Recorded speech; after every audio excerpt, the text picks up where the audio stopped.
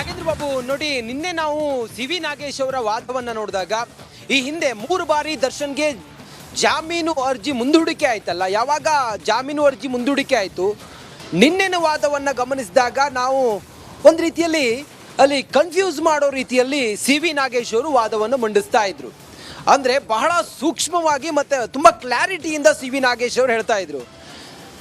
ಒಂದು ಸಣ್ಣ ಎಕ್ಸಾಂಪಲ್ ಕೊಟ್ಟರವರು ನೋಡಿ, ಸೆಕ್ಯೂರಿಟಿ ಗಾರ್ಡ್, ಆ ಅಪಾರ್ಟ್ಮೆಂಟ್ನಲ್ಲಿ ಇದ್ದಂಥ ಸೆಕ್ಯೂರಿಟಿ ಗಾರ್ಡ್ನ 164 ಹೇಳಿಕೆನ ನೀವು ದಾಖಲು ಮಾಡ್ಕೊಂಡಿದ್ದೀರಿ. ಆತನಿಗೆ ಕನ್ನಡನೇ ಬರಲ್ಲ, ಆತನಿಂದ ಹಿಂದಿಯಲ್ಲಿ ನೀವು ಟ್ರಾನ್ಸ್ಲೇಷನ್ ಕೊಟ್ಟು ಆತನಿಂದ ಹೇಳಿಸಿದ್ದೀರಿ. ನಿಮಗೆ ಬೇಕಾದಂಗೆ ನೀವು ಚಾರ್ಜ್ ಶೀಟ್ನಲ್ಲಿ ಎಲ್ಲವನ್ನು ಉಲ್ಲೇಖ ಮಾಡಿದ್ದೀರಿ ಅನ್ನೋದನ್ನು ಬಹಳ ಸ್ಪಷ್ಟವಾಗಿ ಸಿ.ವಿ. ನಾಗೇಶ್ ಅವರು ನಿನ್ನೆ ವಾದ ಮಂಡಿಸ್ತಾ ಇದ್ರು. ಇವತ್ತು ಕೂಡ ಸಿ.ವಿ. ನಾಗೇಶ್ ಅವರು ವಾದವನ್ನು ಮಂಡಿಸ್ತಾ ಹೇಳ್ತಾ ಇದ್ದಾರೆ, ಚಾರ್ಜ್ ಶೀಟ್ನಲ್ಲಿ ಇರುವಂಥ ಕೆಲ ವಿಚಾರಗಳು ಅಥವಾ ಕೆಲವೊಂದಿಷ್ಟು ಪಾಯಿಂಟ್ಸ್, ಕೀ ಪಾಯಿಂಟ್ಸ್ ಇದಾವಲ್ಲ ಅಥವಾ ಎವಿಡೆನ್ಸ್ಗಳಿದಾವಲ್ಲ, ಅವೆಲ್ಲವೂ ಕೂಡ ಅನುಮಾನವನ್ನು ಮೂಡಿಸ್ತಾ ಇದೆ. ಇಲ್ಲಿ ಪೊಲೀಸರು ತಮಗೆ ಬೇಕಾದಾಗೆ ಕ್ರೈಮ್ ಸೀನನ್ನು ಸೃಷ್ಟಿ ಮಾಡಿಕೊಂಡು ಆನಂತರ ಸಾಕ್ಷಿಯನ್ನು ಕಲೆ ಹಾಕಿದ್ದಾರೆ.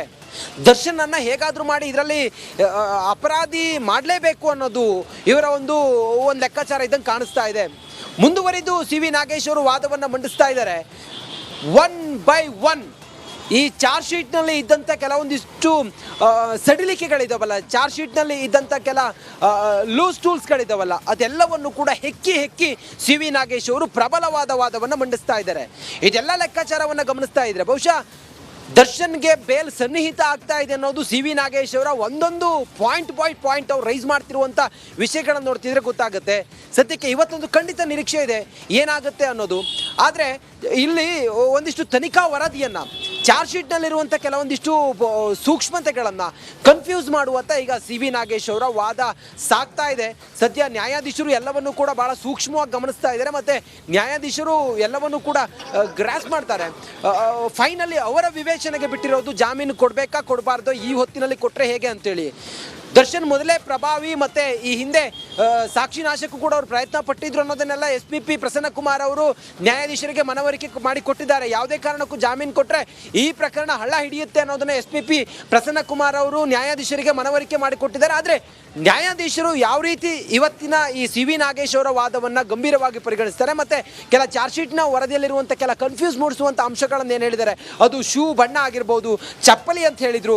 ಮತ್ತು ನೀವಾಗಲೇ ಹೇಳಿದಾಗೆ ದರ್ಶನ್ನ ರೇಣುಕಾಸ್ವಾಮಿಯನ್ನು ಕೊಲೆ ಮಾಡುವ ದಿನ ಅಥವಾ ಆ ರೀತಿ ಆರೋಪ ಬಂದಾಗ ಅವ್ರು ಧರಿಸಿದಂಥ ಬಟ್ಟೆ ಮತ್ತು ತಾನೇ ಸ್ವಇಚ್ಛಾ ಹೇಳಿಕೆಯನ್ನು ಕೊಡ್ತೀನಿ ಅಂತ ಹೇಳಿದ್ರು ಕೂಡ ಯಾಕೆ ಇವರು ಡಿಲೇ ಮಾಡಿದರು, ಸಬ್ ಇನ್ಸ್ಪೆಕ್ಟರ್ಗೆ ವಿಚಾರ ಗೊತ್ತಿದ್ರು ಕೂಡ ಯಾಕೆ ಸಬ್ ಇನ್ಸ್ಪೆಕ್ಟರ್ ಆವತ್ತು 8ನೇ ತಾರೀಕು ದರ್ಶನ್ ಇನ್ವಾಲ್ವ್ ಇದೆ ಅಂತ ಗೊತ್ತಿದ್ರು ಕೂಡ ಅವ್ರನ್ನ ಅರೆಸ್ಟ್ ಮಾಡಿರಲಿಲ್ಲ, 12ನೇ ತಾರೀಕು ಯಾಕೆ ಅರೆಸ್ಟ್ ಮಾಡಿದ್ರು, ಇದೆಲ್ಲವೂ ಕೂಡ ಅನುಮಾನಕ್ಕೆ ಕಾರಣ ಆಗುತ್ತೆ ಅನ್ನೋ ರೀತಿಯಲ್ಲಿ ರಂಜಿತ್ ಹಾಗೆ ಸಂಪರ್ಕದಲ್ಲೇ ರೀ. ಮತ್ತೊಂದು ಬ್ರೇಕಿಂಗ್ ಅಪ್ಡೇಟ್ ಲಭ್ಯವಾಗ್ತಾ ಇದೆ. ದರ್ಶನ್ ಅವರಿಗೆ ಜಾಮೀನು ಕೊಡಬೇಕು ಅಂತ ಹೇಳಿ ಸಿ.ವಿ. ನಾಗೇಶ್ ಅವರು ಪ್ರಬಲವಾಗಿ ವಾದವನ್ನ ಮಂಡಿಸ್ತಿದ್ದಾರೆ. ಚಾರ್ಜ್ ಶೀಟ್ ನಲ್ಲಿರುವಂತ ಲೋಪಗಳನ್ನ ಎತ್ತಿ ತೋರಿಸ್ತಿದ್ದಾರೆ. 9ನೇ ತಾರೀಕು PSI ಪ್ರದೋಷ್ ಕಾಲ್ ಮಾಡಿದ್ರು, PSI ವಿನಯ್ಗೆ ಪ್ರದೋಷ್ ಕಾಲ್ ಮಾಡ್ತಾರೆ. ಸಬ್ ಇನ್ಸ್ಪೆಕ್ಟರ್ ವಿನಯ್ಗೆ ಎಲ್ಲವೂ ಕೂಡ ಕಳುಹಿಸಲಾಗಿದೆ. ಯಾಕೆ ಅವತ್ತೇ ಅರೆಸ್ಟ್ ಮಾಡುವುದಿತ್ತಲ್ಲ, 4 ದಿನ ಬಿಟ್ಟು ಯಾಕೆ ಎಲ್ಲವೂ ಕೂಡ ಮಾಡಿದ್ದು? ಅಂದ್ರೆ ಇಲ್ಲಿ ಬೇರೆ ಏನೇನೋ ಪ್ಲಾನ್ ಆಗಿದೆ ಅಂತೇಳಿ ಈಗ ತಮ್ಮ ಪ್ರಬಲವಾದಂಥ ವಾದವನ್ನ ಮಂಡನೆ ಮಾಡ್ತಿದ್ದಾರೆ.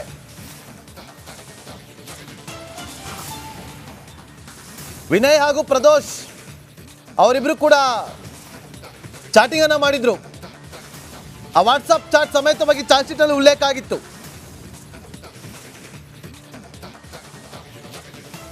ಯಾಕೆ ಕೊಡಬೇಕು ಜಾಮೀನು ಅಂತ ಹೇಳಿ ಈಗ ಅವರು ವಾದವನ್ನ ಮಂಡಿಸ್ತಿದ್ದಾರೆ. ಮತ್ತೊಂದು ಬ್ರೇಕಿಂಗ್ ಅಪ್ಡೇಟ್ ಈಗ ಲಭ್ಯವಾಗ್ತಾ ಇದೆ. ವಿಡಿಯೋ ಸಬ್ ಇನ್ಸ್ಪೆಕ್ಟರ್ಗೆ ಹೇಗೆ ಸಿಕ್ತು? ಬೆಂಗಳೂರಿನಿಂದ ಹೊರಗೆಲ್ಲೋ ಇದ್ದಂತ PSIಗೆ ಹೇಗಪ್ಪ ಸಿಕ್ಕಿದೆ? ಇದನ್ನ ಅವ್ರಿಗೆ ಸಿಗ್ತಾ ಇದ್ದಂತೆ ಪೊಲೀಸರು ಕಳಿಸ್ಬೇಕಿತ್ತು. ಆದ್ರೆ ಪ್ರದೋಷ್ನಿಂದ ಸಿಕ್ತು ಅಂತ ದಾಖಲಿಸಿದ್ದಾರೆ. PSIಗೆ ವಿಚಾರ ಮೊದಲೇ ಗೊತ್ತಿತ್ತಲ್ವಾ? ಆದ್ರೂ ಯಾಕೆ ಅವ್ರು ಸುಮ್ಮನೆ ಇದ್ರು? ಏನ್ ಕಾರಣ? 12ನೇ ತಾರೀಕು ಸ್ಥಳ ಮಹಾಜರಿಗೆ ಹೋಗ್ತಾರೆ, ಯಾಕಷ್ಟು ತಡ? ವಿಡಿಯೋ ಹೇಗೆ ಸಿಕ್ತು ಸಬ್ ಇನ್ಸ್ಪೆಕ್ಟರ್ಗೆ? ಇಲ್ಲಿ ಚಾರ್ಜ್ ಶೀಟ್ ನಲ್ಲಿ ತೋರಿಸ್ತಾರೆ, ಪ್ರದೋಷಿಂದ ನಾವು ವಶಪಡಿಸ್ಕೊಂಡ್ವಿ ವಿಡಿಯೋವನ್ನ ಅಂತೇಳಿ. PSI ಗೊತ್ತಿದ ಮೇಲೆ ಯಾಕೆ ಅದನ್ನ ಹಿರಿಯ ಅಧಿಕಾರಿಗಳ ಗಮನಕ್ಕೆ ತರಲಿಲ್ಲ? ಎಲ್ಲವೂ ಕೂಡ ಇಲ್ಲಿ ನೋಡಿ, ವಿನಯ್ ಸಬ್ ಇನ್ಸ್ಪೆಕ್ಟರ್ ಹಾಗೆ ಪ್ರದೋಷ್ ಆರೋಪಿ ನಡುವಿನ ಚಾಟ್ ಎಲ್ಲವೂ ಕೂಡ ಈಗ ಉಲ್ಲೇಖ ಆಗುತ್ತಲ್ಲಿ. 100% ಅದನ್ನು ಪ್ರಸ್ತಾಪ ಮಾಡೇ ಮಾಡ್ತಾರೆ.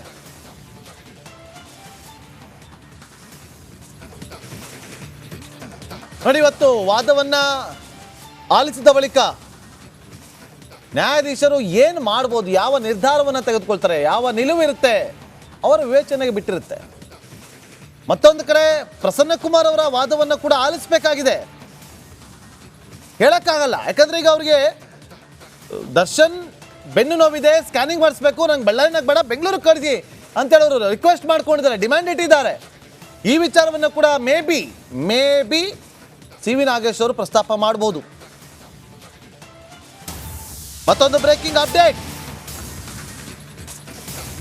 ಶೆಡ್ನ ಸೆಕ್ಯೂರಿಟಿ ರೂಮ್ ಸಿಸಿಟಿವಿಯ ದಾಖಲೆ ಸಂಗ್ರಹ ಆಗಿದೆ.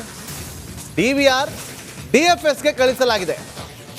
ಆದರೆ ವಿನಯ್ಗೆ ಆರೋಪಿ ಸಿಸಿಟಿವಿ ಕಳಿಸಿದ್ದು ಅಂತಾರೆ. ಶೆಡ್ನ ಸೆಕ್ಯೂರಿಟಿ ರೂಮ್ ಸಿಸಿಟಿವಿ ದಾಖಲೆ ಸಂಗ್ರಹಿಸ್ತಾರೆ. DVR ಅನ್ನ DFSLಗೆ ಕಳಿಸಲಾಗಿದೆ.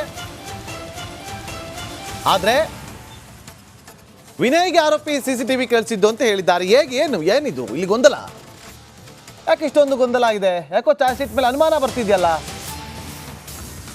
ಅಂತ ಅಲ್ಲಿ ವಾದವನ್ನ ಮಾಡ್ತಿದ್ದಾರೆ ಸಿ ವಿ ನಾಗೇಶ್ ಅವರು. ಇವೆಲ್ಲ ನೋಡ್ತಾ ಇದ್ರೆ ಅನುಮಾನಗಳು ಬರ್ತಾ ಇದೆ ಅಂತೇಳಿ ಅವರು ಹೇಳ್ತಿದ್ದಾರೆ.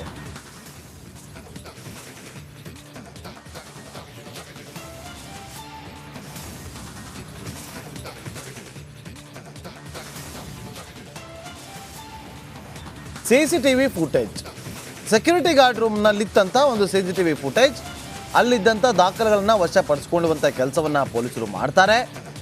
DVR ಅನ್ನು ಕೂಡ ಸೀಸ್ ಮಾಡ್ತಾರೆ. ಮತ್ತಷ್ಟು ಮಾಹಿತಿಯನ್ನು ಕೊಡೋದಕ್ಕೆ ನಮ್ಮ ಪ್ರತಿನಿಧಿ ರಂಜಿತ್ ಮತ್ತೊಮ್ಮೆ ಲೈವ್ನಲ್ಲಿ ಜಾಯ್ನ್ ಆಗಿದೆ. ರಂಜಿತ್, ಈಗ CCTV ವಿಚಾರವಾಗಿ ಅವರು ಪ್ರಸ್ತಾಪವನ್ನು ಮಾಡಿ ಇಲ್ಲೇನೋ ಗೊಂದಲ ಇದೆ ಅಂತ ಹೇಳ್ತಿದ್ದಾರೆ, ಏನದು?